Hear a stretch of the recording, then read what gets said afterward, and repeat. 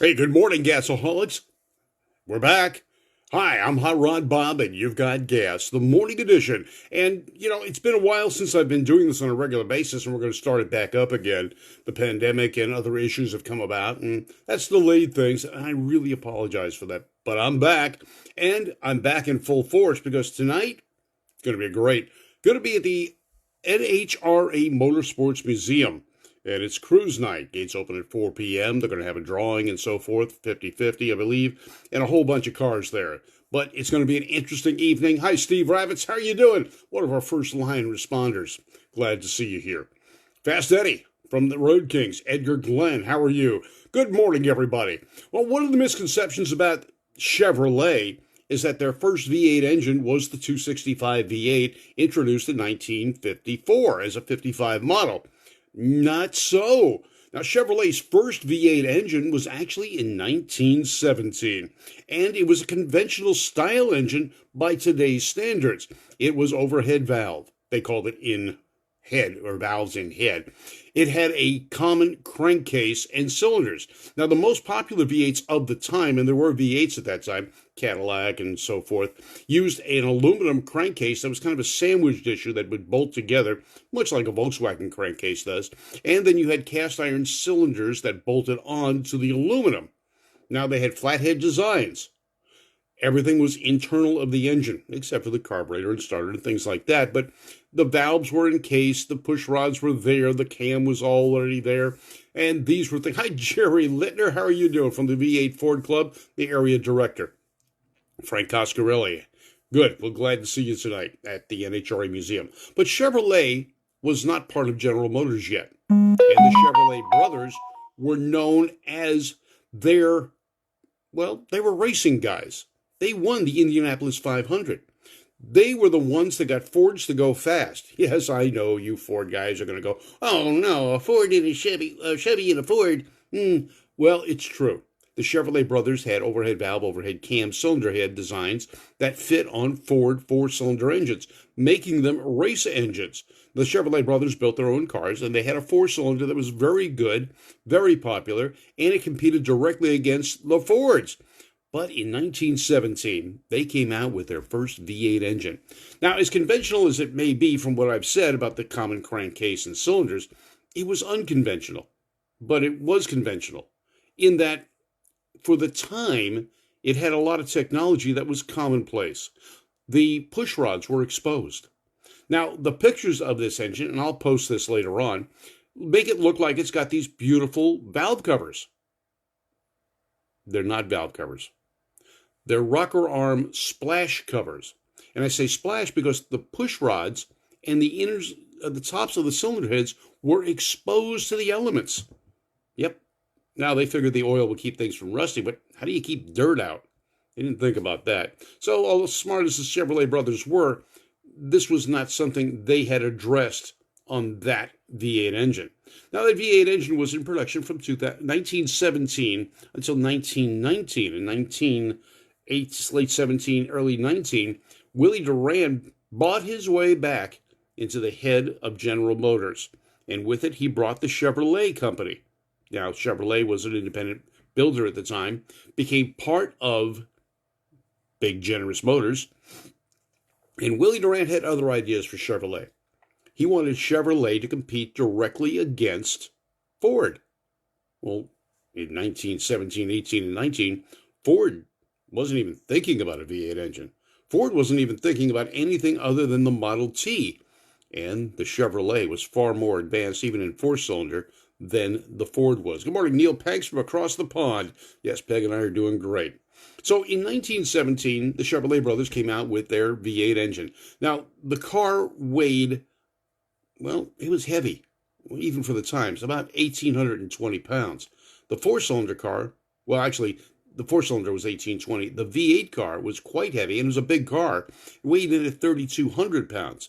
By today's standards, that's a relative lightweight. But back then, that was a very heavy car. The Chevrolet brothers were aiming for the luxury market. They were aiming at Cadillac. They were aiming at Packard. They were aiming at the cars that, people not affected by income issues really were ready to buy. And that's where they were aimed. Duran didn't want them there. He wanted them in the economy side. So that changed. But that V8 engine, it was, like I said, different in that the push rods were exposed. It had an exhaust port in the middle of the cylinder head, one. It had another one at the back of the engine, but still, it's not really good because now the exhaust has to run through the head and it gets things quite hot. And Ford found that with blocks when they ran the flatheads, and the exhaust went through the block, creating hot areas in the block and cracks. So rocker arms on rocker shafts, advanced for the time. Valves in the head, advanced for the time. But exposed. There was no valve covers to keep them covered. And I said that. Now, it still had an updraft carburetor sitting on top of the engine right in the middle of the valley between the two cylinder heads. And though Cadillac had side valves, Chevrolet had the valve in head, as I said, or overhead valves, they had stamped steel rocker covers, or rocker arms, or rocker covers and such. The rocker arms were of a cast design. The rocker covers, like I said, were stamped steel, and they were just to protect the engine from oil splashing out. The push rods were exposed, and the covers held on with little thumb screws or quick access and adjustments because, remember, there were no hydraulic lifters back then, so they had to adjust them. There was an oil can there so that you could, well, lubricate the upper end of the valves because it wasn't full pressure at the time. So a lot of things were left by today's standards unaddressed, as they should be, and that was one of the bad sides of that V8 engine. Now, the other thing was it didn't have a traditional bell housing. It had a cone-shaped clutch, and it had steel bracketry coming from the back of the engine to hold the 3-speed transmission in place. No U-joint. It had kind of a CV joint or a constant velocity style joint that went back to a drive shaft. It was a 3-speed transmission, and it had this real heavy bracket back there. The carburetor was a Zenith updraft 2-barrel. Okay, pretty good size for the time, but it's still an updraft. Not the most efficient way to get fuel to an engine. Now, there were 3 Babbitt main bearings for the crankshaft and camshaft, while the cylinder banks were staggered to allow paired offset connecting rods instead of the more common fork and blade arrangement, which, like all V8s at the time, Chevrolet used a single plane 180-degree crankshaft with a bore and stroke 3.3 by 4 inches, 286 cubic inches. Big by the day, and even bigger than Chevrolet's 265 that got all the publicity.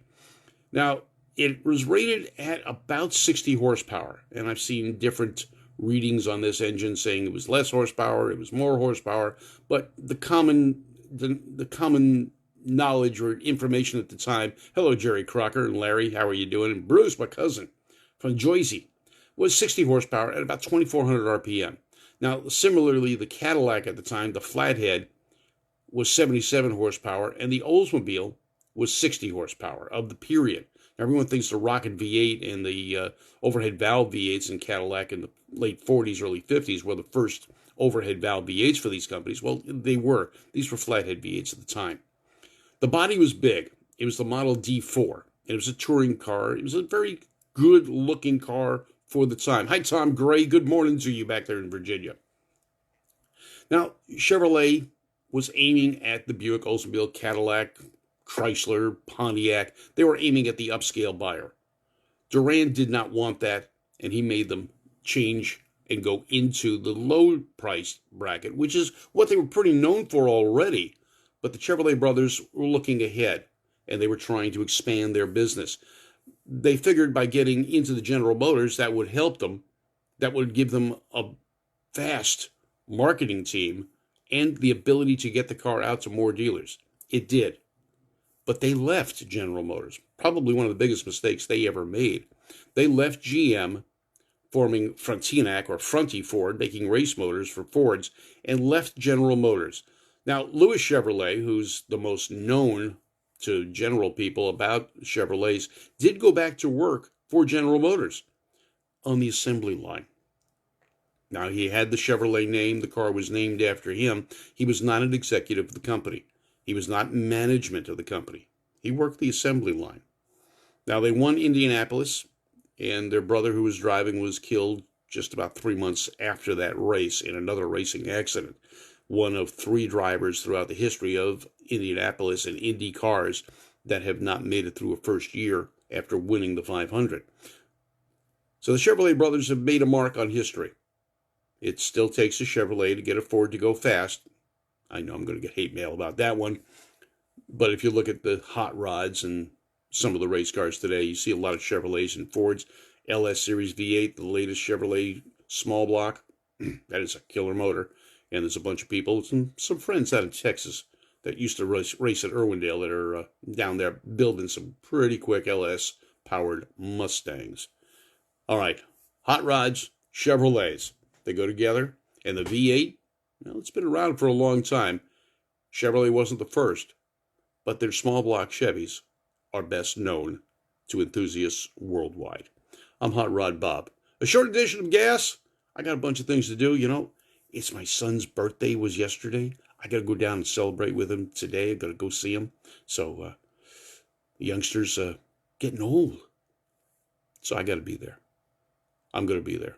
And I'm going to be at NHRA tonight. Stop by the NHRA Motorsports Museum. As I said, it's going to be a later evening. Instead of doing it in the early part of the day where it's hotter, they're moving it to the evening where it's cooler and comfortable. Temperatures, well, they're supposed to be in the upper 70s. Going to be nice.